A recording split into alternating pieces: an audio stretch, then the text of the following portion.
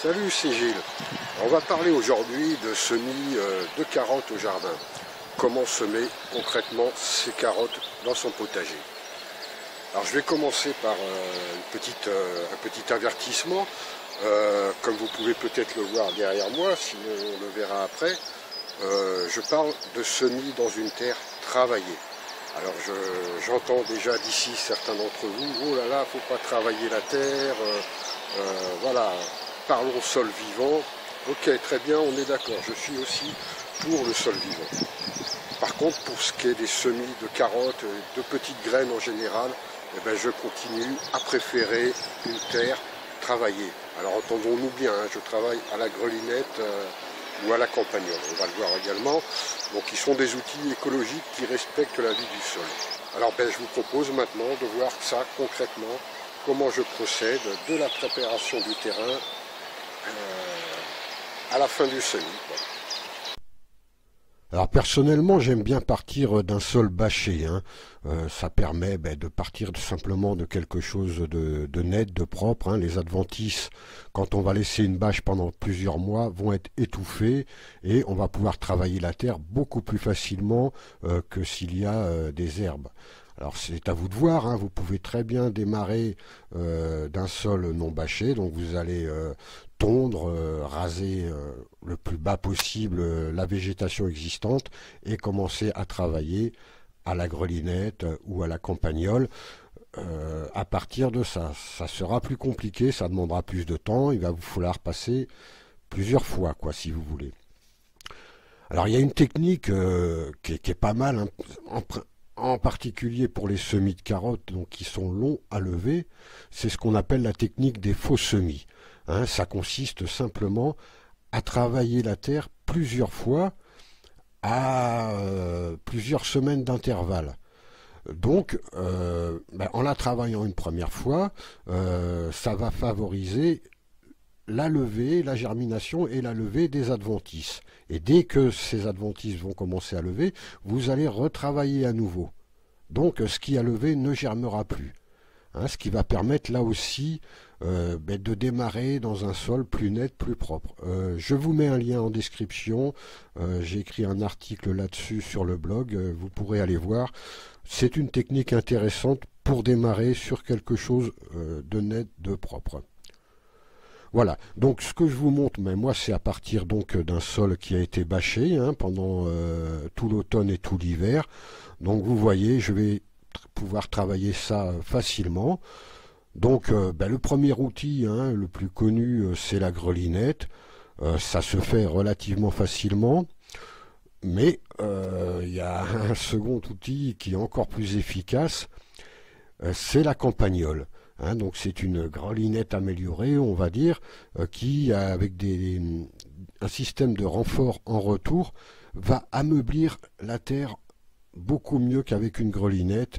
Et puis il y a des roues, donc ça se tire, on travaille vraiment des surfaces importantes, facilement et efficacement avec cet outil. Et puis ça a un autre avantage, c'est qu'on peut travailler plus vite quand la terre est mouillée. Essayez avec une grelinette, vous allez faire des mottes, alors qu'avec la campagnole, même quand la terre est encore bien mouillée, on arrive à travailler et à obtenir quelque chose de bien ameubli. Voilà, ces deux outils sont des outils qui respectent la vie du sol, contrairement à une bêche et encore plus à un motoculteur. On ne retourne pas les différentes couches. Les différentes couches du sol, donc les argiles, si vous avez des argiles en profondeur, ça va rester en profondeur et vous allez ameublir simplement, sans retourner ces couches. Alors ensuite, une fois qu'on a préparé à la grelinette ou à la campagnole, il peut y avoir besoin d'ameublir encore un peu plus la terre, de la rendre plus friable, plus sous forme de semoule, de terreau. Ça peut se faire avec un cultivateur à dents. Vous voyez, on passe simplement un cultivateur comme ça, et puis on casse les mottes ainsi, On peut affiner éventuellement avec un râteau, hein, si vous voulez vraiment avoir quelque chose de bien net. C'est pas forcément nécessaire, mais s'il y a encore des mottes ou il y a des pierres, vous voyez, vous passez un petit coup de râteau, vous allez retirer tout ce qui peut gêner la levée comme ça. Voilà, et ben, une fois que tout cela est prêt, vous allez placer un cordeau, hein, pour déterminer vos lignes de culture. Donc d'un bout à l'autre, vous écartez comme vous voulez, de 15 cm, c'est proche pour des lignes de culture de carottes, mais je trouve de plus en plus que c'est pas mal parce que la surface va rapidement être couverte ben, par le feuillage, et comme ça on n'a pas le sol à nu, enfin il reste très peu à nu, quoi, il reste pas longtemps. Et voilà, en principe, on met 30 cm entre deux lignes de culture, hein. Donc ça, c'est pareil, c'est à vous de voir. Bah, si vous avez peu d'espace, c'est pas mal de serrer un peu plus déjà, de toute façon. Et puis, d'un point de vue donc de protéger le sol, c'est bien aussi, quoi. Et une fois que vous aurez mis ce cordon en place, et ben vous allez tracer des sillons, voilà, tout le long de ce cordeau. Alors peu profond, hein, pour des semis de carottes, on sème à environ 1 cm de profondeur maximum. Donc faites un sillon peu profond avec une binette, enfin oui, une serfouette plutôt, l'outil que vous voulez, hein. Vous creusez un fin sillon et puis ben, on est en place pour semer. Alors la carotte apprécie certains voisinages, hein, notamment les aliacées, hein, donc oignons, poireaux, ail, échalotes. Voilà, c'est un voisinage vraiment apprécié par la carotte et inversement. Donc vous le savez peut-être, hein, mais l'odeur des aliacées va protéger les carottes de la mouche de la carotte, hein, voilà. Et inversement, les aliacées vont être protégées de la mouche du poireau par le voisinage des carottes. Donc on ne le voit pas là sur la vidéo, hein, mais j'ai déjà planté il y a peu, hein, donc c'est pour ça que c'est pas encore sorti, des bulbilles d'oignons en bordure de la planche sur laquelle je vais semer mes carottes. Il y a aussi les radis qui sont bien en voisinage avec la carotte. Alors moi je vais faire un semis assez dense, hein, vous voyez, je balance les graines comme ça régulièrement, mais je ne me prends pas la tête à prendre une graine par une et en mettre une tous les 4 ou 5 cm. Déjà c'est extrêmement fastidieux. Et puis ben, il y a un intérêt à semer plus dense, quoi. Un semis assez dense, donc avec des graines assez proches, va lever plus facilement, hein. Et il y a un autre intérêt, c'est que s'il y a un peu de dégâts dus aux limaces, par exemple, ou autre, ben, il va rester des carottes. Alors que si vous faites un semis, mettez une graine qui va sortir donc tous les 4 cm ou 5 cm, et ben, si elle est dévorée, vous aurez un trou de 10 cm entre deux, voire une ligne pratiquement vierge. Alors qu'en semant dense, bon, vous assurez déjà une certaine production. Et puis il y a encore un autre intérêt, c'est que grâce à ce semis dense, donc qui va impliquer de devoir éclaircir par la suite, hein, mais ben, vous allez pouvoir récolter des petites carottes toutes tendres, toutes fraîches, délicieuses quand vous allez éclaircir. Voilà. Donc bon, ce n'est pas économe en graines, hein, évidemment, mais quoique, puisque vous allez récolter des petites carottes. Et donc, allez-y, mettez des graines tout le long du sillon, comme ça, au fond du sillon. Et puis, voilà, n'hésitez pas, même si c'est un peu dense, vous éclaircirez après. Alors sinon, bah donc, il y a un petit outil, un petit semoir manuel, ça coûte 1 ou 2 euros. C'est vraiment très pratique pour semer comme ça, assez rapidement. Et puis avoir quelque chose de relativement régulier, quoi, hein. Ça, voilà, ça éparpille les graines. C'est très bien aussi pour les semis à la volée. C'est un autre sujet. Mais voilà, vous semez comme ça au fond du sillon, en avançant tranquillement. Vous allez mettre des graines partout, tout le long du sillon. Et puis bah, après, vous allez refermer votre sillon, hein. Alors moi je le fais avec un râteau, mais bon, on peut même le faire à la main. Voilà. On va refermer ce sillon. Et ben, le le tasser, hein. Donc on parle de plombage, hein. Quand on tasse après un semis, on parle de plomber le sol. Alors c'est très léger, hein. Voilà, moi je le fais avec le dos d'un râteau, quoi. Voilà, vous tapotez légèrement pour plomber ce sol, hein, ce qui va le rendre plus compact et enfin plus compact, oui, ça va éviter les trous d'air dans le sol et donc c'est mieux pour la germination. Et puis ben enfin vous allez arroser. Alors il faut maintenir ce sol humide jusqu'à ce que ça lève, hein. Alors on développera tout ça, hein, tout l'entretien. Je vais essayer en tout cas de faire une vidéo dans les semaines à venir pour vous montrer tout l'entretien. Je vais vous expliquer maintenant pourquoi je préfère cette technique donc de semis en sol nu plutôt que de semis dans un sol couvert. Donc on peut partir d'un sol couvert, hein, d'un mulch permanent, et écarter ce mulch pour semer ses carottes. C'est une possibilité que j'ai testée. Simplement, dès que les carottes sortaient, pour peu qu'elles sortent, parce que dès que vous allez écarter votre paillage, votre mulch, il va y avoir une levée très importante des adventices, hein, des herbes spontanées, qui vont en général sortir levées bien avant vos carottes. Donc vous n'allez pas forcément pouvoir trouver les carottes là-dedans. Et puis deuxième inconvénient majeur, ce sont les limaces. Donc si ça sort, si jamais vos carottes ont le temps de sortir, il faut savoir qu'un mulch c'est un nid à limaces, hein. Donc tous les plants vont être dévorés, mais voilà, en quelques jours vous n'aurez plus un seul plantule, hein. Tout est dévoré. C'est ce que j'ai également testé, donc j'ai laissé tomber ça. Alors on peut améliorer la chose avec du compost. Donc certains vont écarter le paillage et mettre du compost donc sur une certaine épaisseur, hein, 2-3 cm, ce qui va, du fait donc, que ça empêche la lumière de passer sur le sol, ça va empêcher les graines d'adventice de germer. Donc c'est un peu mieux déjà. Ça nous amène en fait à la méthode Saltner. Hein, donc Saltner qui distingue bien deux choses, comme je le fais également.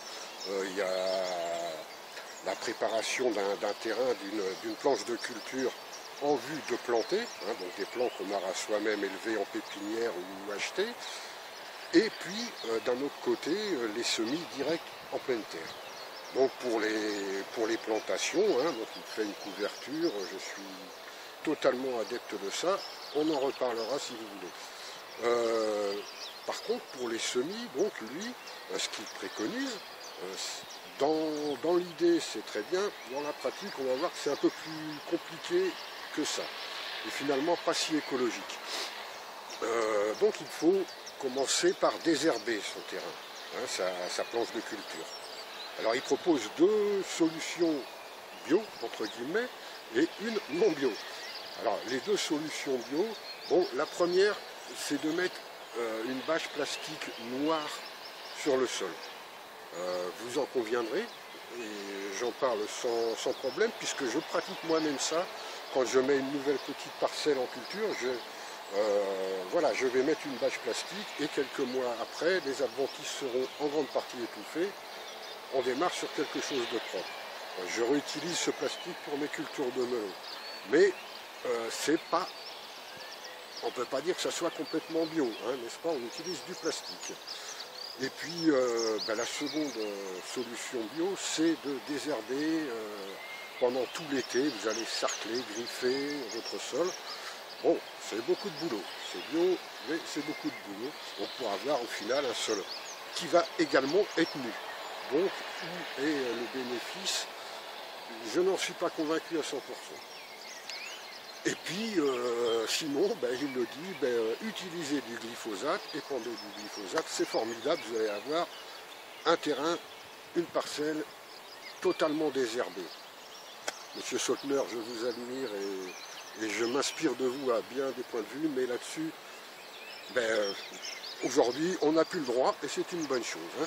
Non, pas de glyphosate pour désherber, pas de Roundup.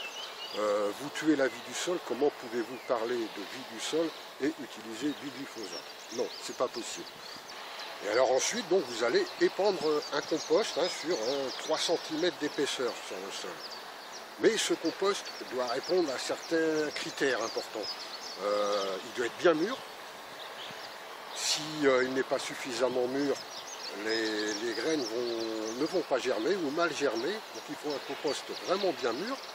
Il faut un compost assaini, hein, donc qui va avoir monté fortement en température, et puis qui n'est pas trop riche en azote.